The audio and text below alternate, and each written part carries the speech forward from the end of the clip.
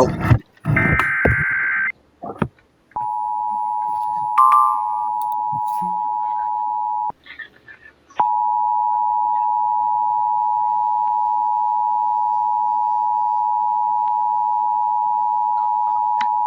The National Weather Service in the Quad Cities has issued a severe thunderstorm warning for northern Cedar County, northeastern Johnson County, southeastern Linn County until 9 p.m.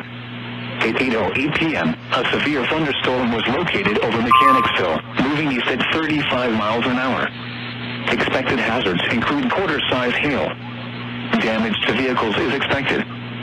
This severe thunderstorm will be near Stanwood around 8:20 p.m. Tipton around 8:25 p.m. Other locations in the path of the severe thunderstorm include Clarence, Massillon Park, and Loudon. A tornado watch remains in effect until midnight for east central Iowa. Take cover now. A tornado watch remains in effect until midnight for east central Iowa.